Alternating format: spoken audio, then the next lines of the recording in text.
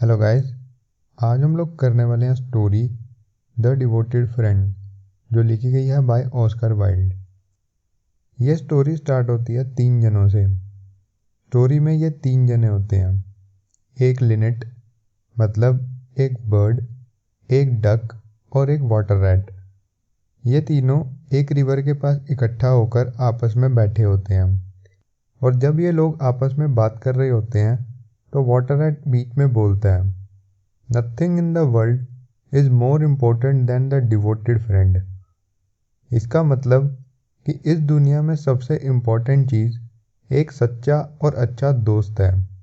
और उसकी ये बात सुनकर जो बर्ड होती है वो उस वाटर रैट से पूछती है कि तुम्हारे हिसाब से एक अच्छा दोस्त कैसा होना चाहिए। तो वाटर रैट उसे कहता है कि सच्चा दोस्त वो है जो हमेशा अपने दोस्तों की मदद बिना मतलब से करे, और जो दोस्ती पूरी ईमानदारी से निभाए और अपनी दोस्ती के लिए डिवोटेड रहे, अपनी दोस्ती में सच्चा रहे। उसका ये जवाब सुनने के बाद जो बर्ड होती है वो कहती है कि मैं तुम्हें एक कहानी सुनाती हूँ।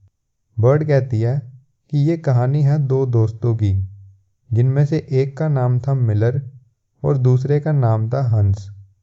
हंस एक बड़ा ही शरीफ और गुड नेचर का इंसान था।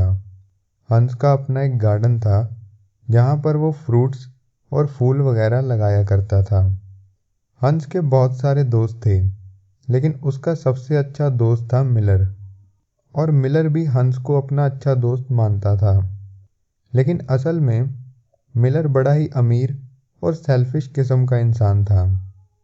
समर के टाइम में अक्सर मिलर अपनी एक बास्केट लेकर हंस के गार्डन में फ्लावर लेने आया करता था, और हंस उसे हमेशा खुशी खुशी बास्केट भरकर फ्लावर अपने गार्डन से दे देता था। समर के टाइम में हंस ज़्यादातर अपने गार्डन के फ्रूट्स और फ्लावर बेचकर ही अपना गुजारा करता था। लेकिन विंटर के टाइम में हंस को बड़ी मुश्किलों का सामना करना पड़ता था, क्योंकि उस वक्त उसके गार्डन में कोई फ्लावर और फ्रूट्स अच्छे से ग्रो नहीं होते थे, और उस वक्त उसके पास बेचने के लिए कुछ भी नहीं होता था। और इस बार तो विंटर के मौसम में हंस की इतनी बुरी हालत हो गई कि उसके पास खाना खाने तक के पैसे नहीं बचे।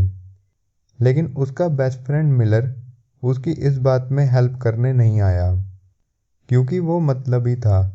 वो सिर्फ समर्स में फ्लावर लेने के लिए आया करता था, और विंटर के मौसम में वो हंस से थोड़ा दूर रहा करता था, ताकि कहीं उसे उसकी हेल्प ना करनी पड़ जाए।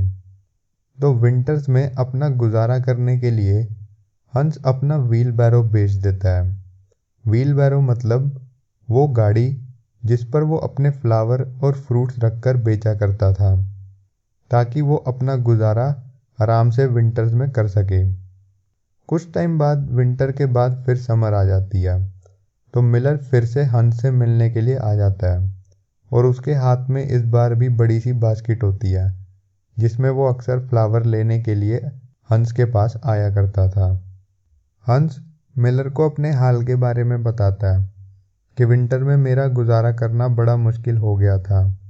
मैंने अपना व्हील बैरो बेचकर अपना गुजारा किया। और वो मिलर से कहता है कि मुझे अपने फ्लावर मार्केट में जाकर बेचने पड़ेंगे, ताकि मैं व्हील बैरो खरीदने के पैसे इकट्ठा कर सकूं, क्योंकि विंटर में मुझे वो बेचना पड़ गया था। हंस की ये बात सुनने के बाद मिलर उससे कहता है, अच्छा ये बात है।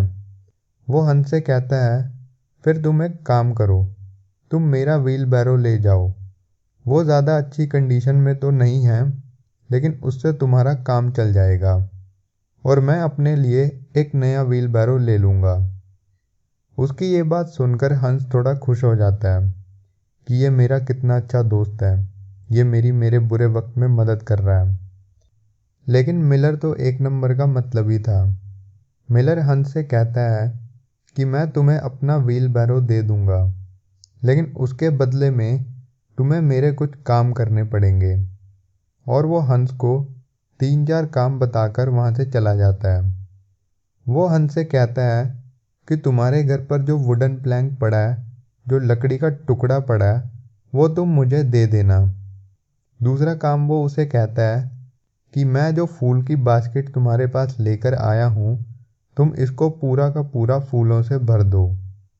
तीसरा काम वो उसे कहता है कि मुझे बाज़ार कुछ आटे की बोरियां लेकर जाना था, तो वो भी तुम मेरी जगह ले जाना।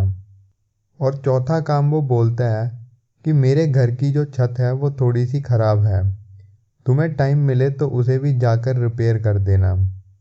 और सबसे आखिरी काम वो हंस को बोलता है कि मुझे भेड़ों को पहाड़ों पर लेकर जाना था, तो तुम्हें टाइम मिले तो ज़रा वो भी कर देना। हंस उसके ये सारे काम खुशी खुशी कर देता है, क्योंकि वो उसे अपना एक अच्छा और बहुत ही प्यारा दोस्त मानता था। और हंस को लगता था कि अगर मैं मिलर के सारे काम कर दूंगा तो वो बदले में मुझे अपना पुराना व्हील बैरो भी दे देगा, जैसा कि उसने प्रॉमिस किया था। लेकिन जब हंस मिलर के सारे काम कर देता है, उसके बाद भी मिलर उसे अपना पुराना व्हील बैरो नहीं देता। वो अपने वादे से मुकर जाता है। अब इस बात को हुए कुछ दिन हो गए थे। अब इस बात के बाद क्या होता है कि जो मिलर होता है उसका बेटा बीमार हो जाता है, और वो रात का टाइम था और ऊपर से बारिश भी हो रही थी। तो मिलर भागा भागा हंस के घर जाता है, और मिलर के हाथ में एक लालटेन भी होती है। वो हंस के घर जाकर उससे बोलता है कि मेरे बेटे की तबीयत खराब हो गई है, तो क्या तुम जाकर डॉक्टर को बुला लाओगे। मिलर कहता है कि मुझे उसका ख्याल रखने के लिए यहीं पर रहना पड़ेगा, इसीलिए मैं ये तुमसे कह रहा हूँ। अब उसकी ये बात सुनकर हंस उसे मना नहीं कर पाता। हंस कहता है कि चलो ठीक है, मैं जाकर डॉक्टर को बुला लाता हूँ। लेकिन हंस उसे कहता है कि बाहर अंधेरा काफ़ी है और थोड़ी थोड़ी बारिश भी हो रही है, और मेरे पास लालटेन नहीं है, तो तुम मुझे अपनी ये लालटेन दे दो ताकि मैं रास्ते में आराम से जा सकूं, क्योंकि बाहर अंधेरा काफ़ी है। लेकिन जो मिलर था वो एक नंबर का मतलबी था। वो यहाँ पर भी हंस को लालटेन देने से मना कर देता है। वो कहता है कि मैंने ये अभी नवी ही खरीदी है, तो तुम एक काम करो कि तुम बिना लालटेन के ही चले जाओ, मैं ये तुम्हें नहीं दे सकता। अब हंस बड़ा ही शरीफ और गुड नेचर का इंसान था, तो वो बिना लालटेन के ही अंधेरे में निकल पड़ता है डॉक्टर के पास जाने के लिए। थोड़ी दूर तक पैदल चलने के बाद हंस डॉक्टर के घर पहुंच जाता है। हंस डॉक्टर से कहता है कि मेरे एक फ्रेंड का बेटा बहुत बीमार है, तो आप मेरे साथ जल्दी चलिए। डॉक्टर उसे कहता है ठीक है, मैं चलूँगा।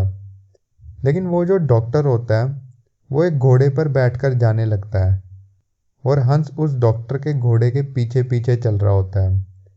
अब अंधेरा काफ़ी था, हंस डॉक्टर के पीछे पीछे चल रहा था, लेकिन एकदम से मौसम बहुत ख़राब हो जाता है।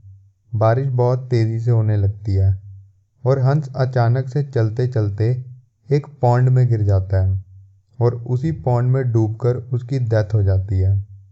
और जब कुछ टाइम बाद मिलर को ये खबर मिलती है कि हंस की डेथ हो चुकी है, तो उसे बड़ा अफसोस होता है। वो अपने आप को बड़ा फुलिश समझने लगता है कि मैंने उसे लालटेन क्यों नहीं दी, अगर दी होती तो शायद वो बच जाता। और यही सोचकर वो बहुत ज़्यादा रोने लगता है, और बहुत बुरी तरह से रोने लगता है। और यहीं पर हमारी स्टोरी का एंड हो जाता है। मोरल ऑफ द स्टोरी ये है कि दोस्ती हमेशा ईमानदारी और बिना मतलब से करनी चाहिए।